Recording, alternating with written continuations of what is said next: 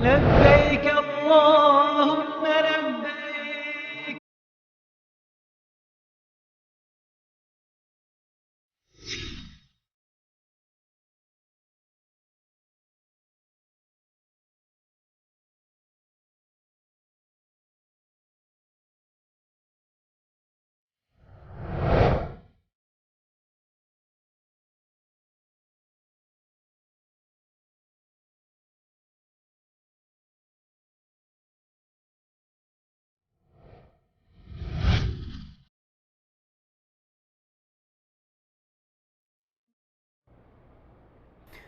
بسم الله الرحمن الرحیم. الحمد لله و الصلاة و السلام علی حبیبنا و مولانا رسول الله و علی آله و صحبه و من والاه. سلام و درود بر شما حاجیان عزیز و بر شما حاجیایی که قبلا حج رفتید، حالا درس‌ها و مفاهیمی که در حج بود اینا رو میدونستید یا نمیدونستید، به هر حال حج رفتید، حجتون هم مبارک. الان اگر نمیدونستید فرصته که با هم مرور کنیم و باری دیگه با قلبت به حج بری. و شمایی که فرصت این ایفا نشده و به هر حال خداوند اون فرصت رو به شما نداده که به حج برید بنا به دلایلی، حالا پولش رو ندارید، هزینه‌ش رو ندارید یا نمیذارن یا هر چی که هست، مهم اینه که قلباً به حج بریم. این مفاهیم و درسایی که ما از حج میگیریم اینها رو با هم مرور کنیم تا قلبمون، احساسمون حاجی بشه. حاجیه که حج رو ندیده اما کعبه رو در قلبش درست کرده و در دلش طواف کرده و در دلش سعی کرده و اجر و پاداش رو از خداوند بر حسب نیتش گرفته. چه خوش هدیه ای از رسول اکرم صلی الله علیه و سلم برای همه ماست که انما الاعمال بالنیات، مدار همه اعمال بر مبنای نیت هست. حالا یاد گرفتیم که مسئله حج، شعار حج لبیک هست. لبیک اللهم لبیک، لبیک لا شریک لک لبیک، ان الحمد و النعمت لک و الملک لا شریک لک. در این لبیک توحید الهی رو یاد گرفتیم، اخلاص رو یاد گرفتیم، اطاعت مطلق از فرامین الهی رو یاد گرفتیم. دونستیم که حج جهاد هست، تلاش و هجرت هست، فداکاری هست و در حج مساوات هست، برابری هست.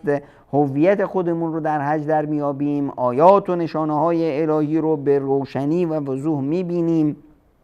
حج به ما یاد میده که زندگی یک گذرگاهی بیش نیست و ما از این گذرگاه میریم و ما رو حج با تاریخمون و با فرهنگ و ریشهمون وصل کرد و به ما یاد داد که در هر موردی که هست برگردیم به خدا و رسولمون، چرا که خداوند متعال ما رو خلق کرده برای عبادتش. و ما خلقت الجن والانس الا لیعبدون.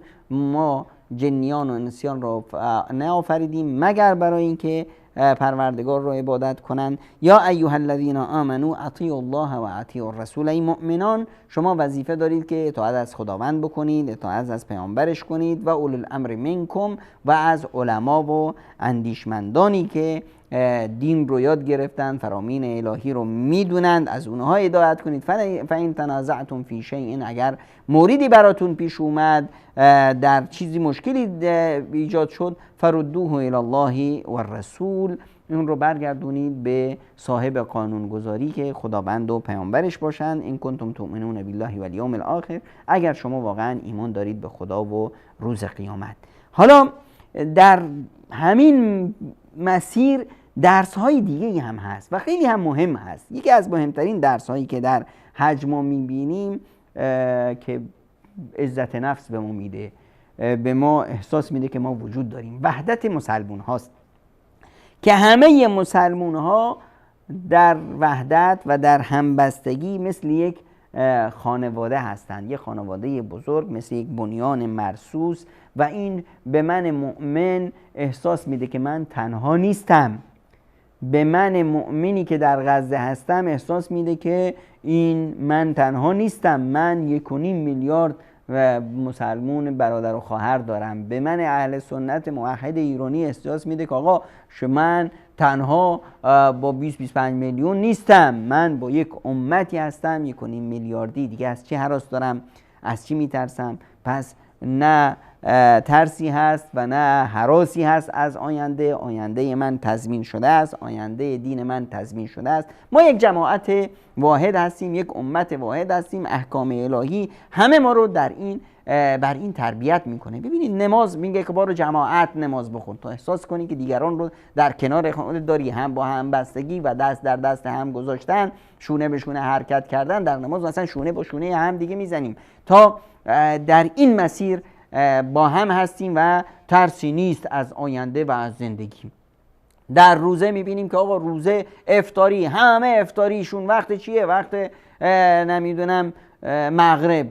خب در تهران وقت مغرب، در نمیدونم بلوچستان وقت مغرب، در کردستان وقت مغرب، در تالش وقت مغرب، همه در یه وقت افطاری میکنیم. در اون سر دنیا وقت مغرب، در این سر دنیا وقت مغرب، همه وقت افطاریشون یکی هست. یعنی یک خانواده واحد هستیم. این هذه امتکم امه واحده، این امت شما یک امت واحد هست. و انا ربکم فاعبدون، و من پروردگار شما هستم، رب شما هستم، تنها منو عبادت کنید. عبادت از آن خداوند، خانواده بشریت همه در یک آن عبادت خدا رو به جا میاریم و پیش به سوی خدا حرکت میکنیم. این مفهومی و درس مهمی است که ما از حج میگیریم.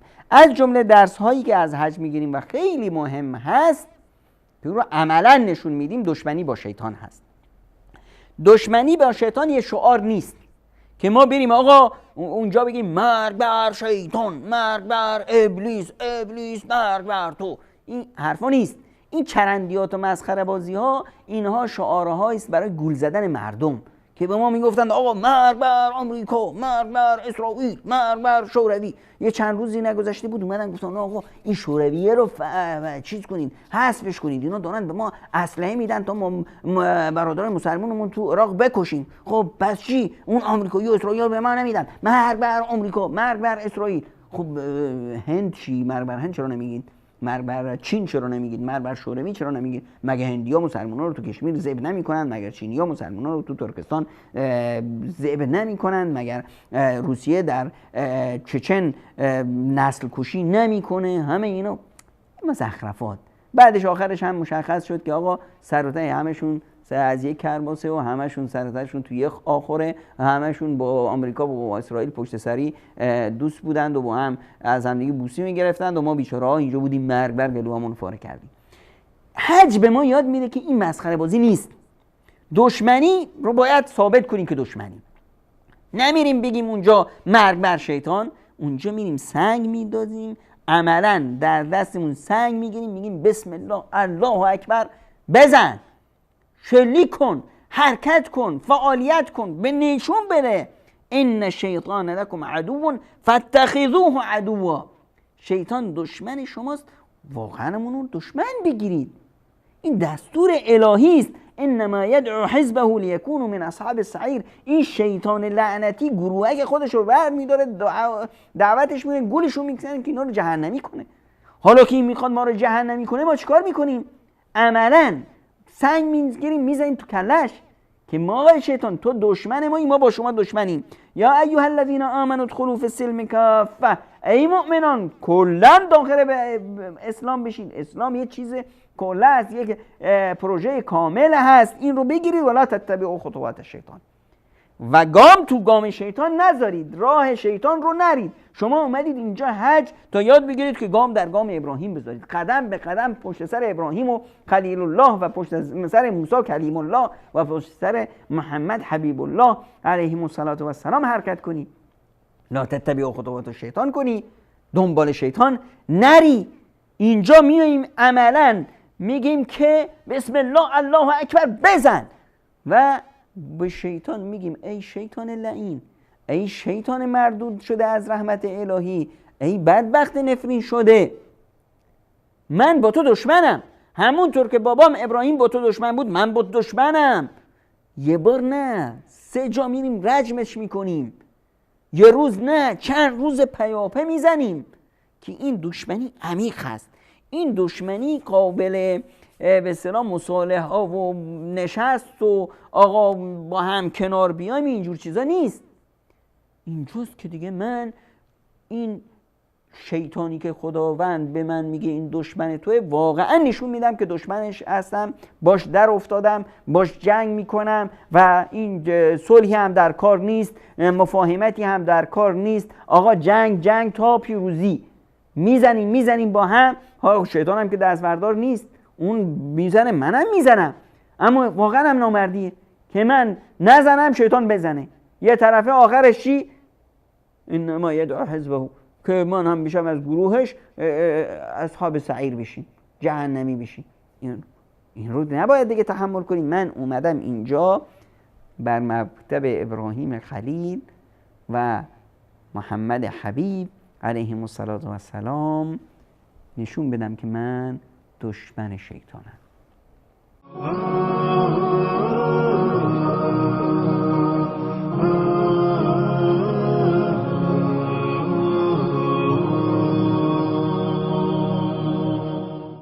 و از جمله درس‌های بسیار مهمی که حج و مدرسه حج به ما یاد میده اینه که مهار خودم دست خودم باشه. منم که هر چه بخوام انجام میدم. خداوند این اختیار رو به من در اختیار من گذاشته و من میتونم. اینه که فرد میاد میگه آقا من نمیتونم اعتیادم رو ترک کنم، من نمیتونم این کار کنم، من نمیتونم به زنان نگاه نکنم، من نمیدونم از فیلم های مبتذل دوری کنم، فلان کنم. ببینید این فطرتی که خداوند در ما گذاشته برای چرخش زندگی همینه که خداوند متعال زین للناس حب الشهوات من النساء والبنین والقناطیر المقنطرة من الذهب والفضة والخيل المسومة والأنعام. خداوند متعال در دل من انسان بعضی از شهوت‌ها رو قرار داده که از زنا خوشم بیاد، از اینه که فرزند داشته باشم خوشم بیاد، از مال و ثروت خوشم بیاد، در پیش باشم، ماشین‌ها داشته باشم، مزرعه‌ها داشته باشم، زمین‌ها داشته باشم، طلا و جواهرات داشته باشم، متاع دنیا داشته باشم. همه اینا لذت بخشه، انسان در پیش هست. خب همین که میره بازار این ور اون ور به دخترای مردم نگاه میکنه. همین حج میاد منو تو این کفن میپوشونه و لبیک گویان لبیک اللهم لبیک لبیک لا شریک لک لبیک ان الحمد والنعمت لک والملک لا شریک لک. منو میاره کجا؟ به این سرزمین مقدس، سرزمین حج، خانه خدا. خب اینجا که اومدم کی هست؟ تنها من که نیستم. اینجا آقا چند میلیون انسان جمع شدن و خب به هر حال نیمشون که خانم هستن. خانم ها حق ندارید صورتتون رو بپوشید، حق ندارید دستاتون رو بپوشید و جمال یک انسان تو صورتش هست. و اینجا از به اصطلاح از روی کوههای بلند دنیا گرفته تا از کنار ساحل‌های دریاها، از جنگل‌ها، از صحراها، همه نوع آدم‌ها اومدن. زن‌های رنگ و رنگ، افراد رنگ و رنگ، خوشگلش هم هست، زشتش هم هست، همه چیزش هست. اما اینجا یه حکایت دیگه هست. مردا لباس ندارند، لباس زیر ندارند. مردا 2 تا پارچه دور خودشون پیچوندن. اما هرگز اتفاق نیفتاده از زمان حضرت ابراهیم گرفته تا به امروز و تا به روز قیامت هم اتفاق نخواهد افتاد که در حج یک حالت فاحشه به وجود دیده بشه یا ملاحظه بشه. امکان نداره. برای چی؟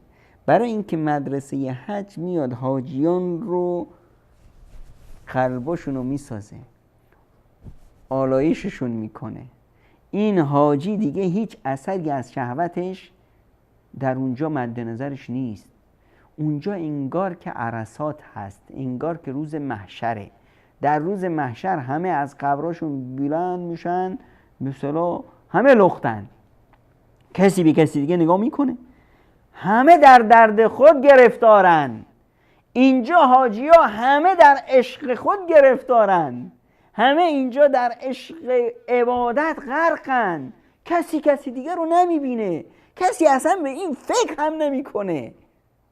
این یکی از آیات الهی است که این باید روش دقت بشه، ببینیم که خداوند چقدر بر ما منت میذاره وقتی به ما حج میده، فرصت حج میده. یه درس دیگه هم که هست از اینجا، درس وقت شناسی است. آقا این وقت باید بری حرکت کنی، آقا امشب به منا برسی، نرسیدی مبیت منا از دستت رفته، نهم باید در عرفه باشی، نرسیدی آقا حجت ضایع شد رفت. چه وقت بهتره برم، چه وقت کدوم عمل رو انجام بدم. وقت شناسی اینه که باید بدونیم هر کاری رو باید سر وقتش کنیم، وقت رو بها بدیم، ارزش برای ما داشته باشه، وقتمون رو ضایع نکنیم.